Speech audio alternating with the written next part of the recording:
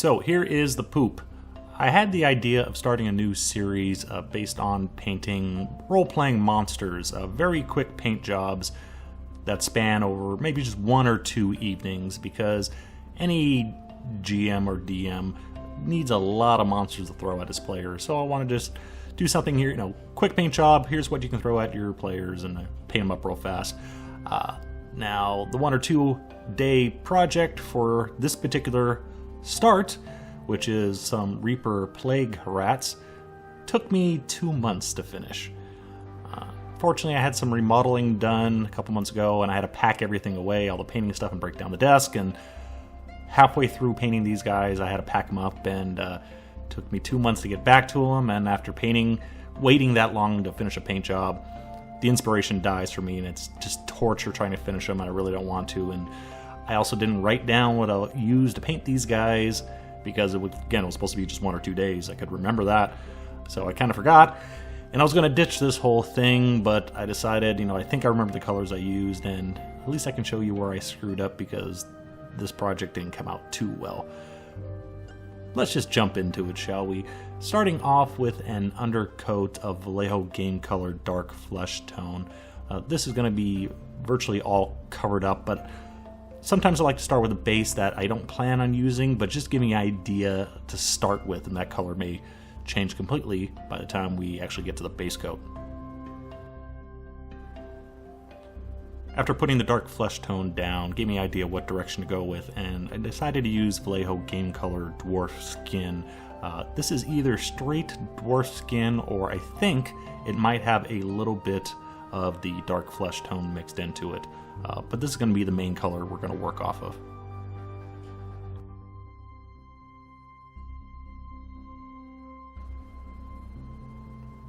As I narrate this, as I watch myself paint, I think some of the colors are starting to reoccur to me.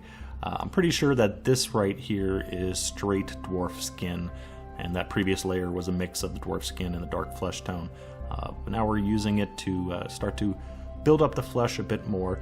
Paint is a bit thick now because we are trying to paint this quickly, and also for the striations, like the ridges on the tail, keeping the paint a bit thicker allows us to pick out all that detail. So very short strokes with slightly thin paint, just leaving that previous layer in the recesses.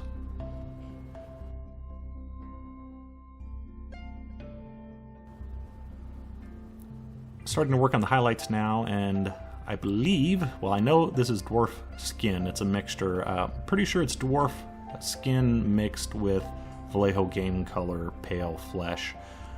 But we are increasing the contrast on all the folds and all the ridges on our mutated, sickly rats here. The bones material, Reaper bones material, they're great because they're dirt cheap. But they are a huge pain in the ass to clean and try to get off all the sand, all the seam lines and all that, sanding them off and just trying to cut them off. I've kind of given up almost on trying to clean it up. Some miniatures is not a big deal when there's flat surfaces, but on here, with the fur and all the ridges, you may see some seam lines pop up here and there, because again, I've almost given up on trying to clean them off in some places, especially when I'm painting a couple rats.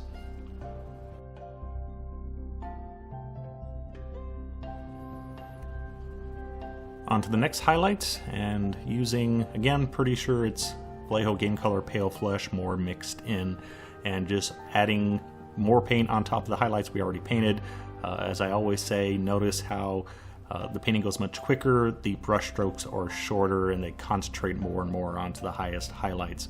So it's kind of just a dab here and there. Each layer covers the miniature less as we move up towards those highest highlights.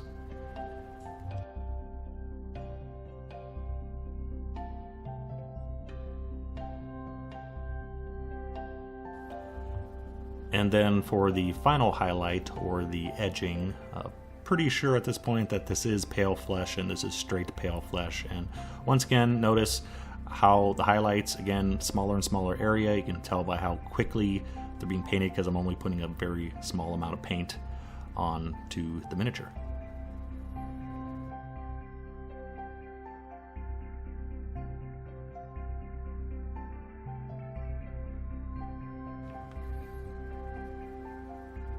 The figure does need a bit more shade, and for that I am using a wash of brown ink. I know it's brown ink, I can tell that just from the image. I'm not sure if I mixed it with anything. There might be a little bit of black in it as well, but just spot washing it on the lower areas wherever it needs a bit more contrast.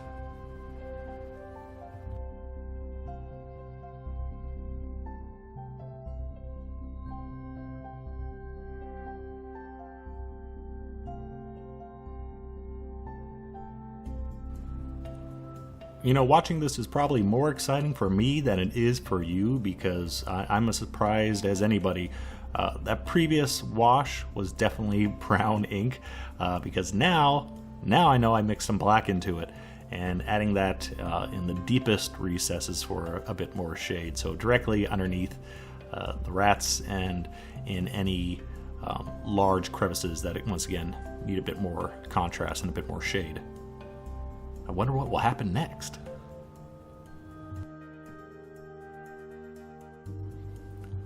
So here's the split between the 2 months. All that previous footage was 2 months earlier. This was just a few days ago. And this is kind of where things fall apart, because I was been staring at these things on my desk for 2 months, and it's like, oh, I just don't want to paint them. I've lost all eagerness to do it. But one of the first one in the previous video I showed you, I painted the skin, or the fur, brown, and I had no idea what colors I used. Totally forgot that part. I went with gray with the other one, and for that I used Vallejo Model Color German Grey, and then followed it up with some Vallejo Game Color Cold Grey. And this part was especially a bit of torture, because the fur on these guys is like rough and patchy, and their skin showing through, and trying to identify fur from skin on this miniature was just a huge pain in the ass.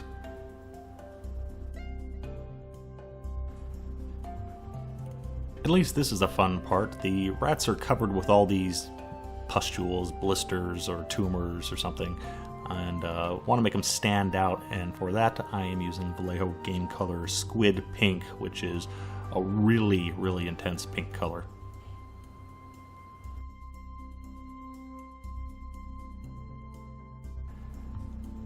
And then to highlight them, and also to tone down the pink just a little bit, make it a bit more realistic, using a mixture of white and the squid pink, and just a little tap here and there on the previous tumors.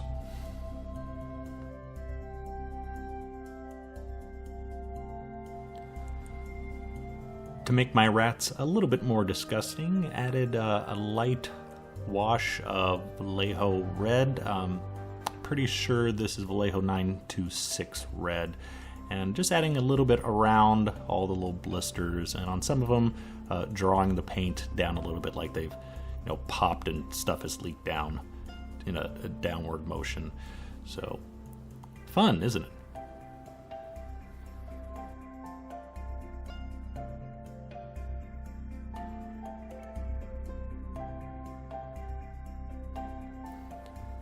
And finally we get to the part that I really am hating. I really could have done better at this part. I'm really not happy how this came out. But for the claws and the mouth, the teeth, you want to first paint all that area black, especially in the mouth, so when you paint the teeth, they stand out really good. And for the teeth, I'm using Vallejo Model Color Pale Sand, which I'm really not happy about with the color. I think I probably should have gone with something a bit more yellow, because I think there is just too much contrast. And it also could be that I don't know how many teeth a rat have. I know they have front teeth. I'm not sure if they have any back teeth, and there's too many teeth on these rats to be actual rats. Also for the nails, I went with the same color, and they stand out too much. I probably should have gone with a black color for the nails. I think that would have worked out better. The eyes are another area that I'm not too happy with. Rats, like a lot of animals, you can't see the white of their eyes. They're mainly just black orbs. So instead of painting it like a human eye, what you want to do instead is put a tiny drop of white towards the back of the eye to make it a bit more reflective. Not really happy how this came out, so I did fix it over in post. And the other way you can do it is instead of just paint it all black and then give it a gloss coat afterwards. That also was very effective. And there we go. We have our giant ROUS plague rats finished, and not the best job. Again, the idea behind this was to do quick paint jobs, 1 or 2 evenings or painting sessions. Again, unfortunately, since I delayed this so long, it's a real struggle for me to finish things when they've just been sitting on the desk. It's like pulling teeth trying to finish them because I don't want to do it, but I did it. And again, the few areas I could have cleaned up on. I kind of like how the skin came out. Also, you have different options with all the pustules on them. You can do them green as well. I decided to go for something a bit more realistic, stretched, bruised flesh type thing. Ooh, actually, purple. Purple would be a good idea too, but I went with the pink and the red. And again, the teeth and the claws could use a bit more work. But anyway, I hope you enjoy this. Not off to a great start, but I will be doing more of these. And the good thing is, because I'll be doing so quick, hopefully I can do at least one of these a week in addition to other projects. But hopefully the next one won't take 2 weeks. Thanks for watching.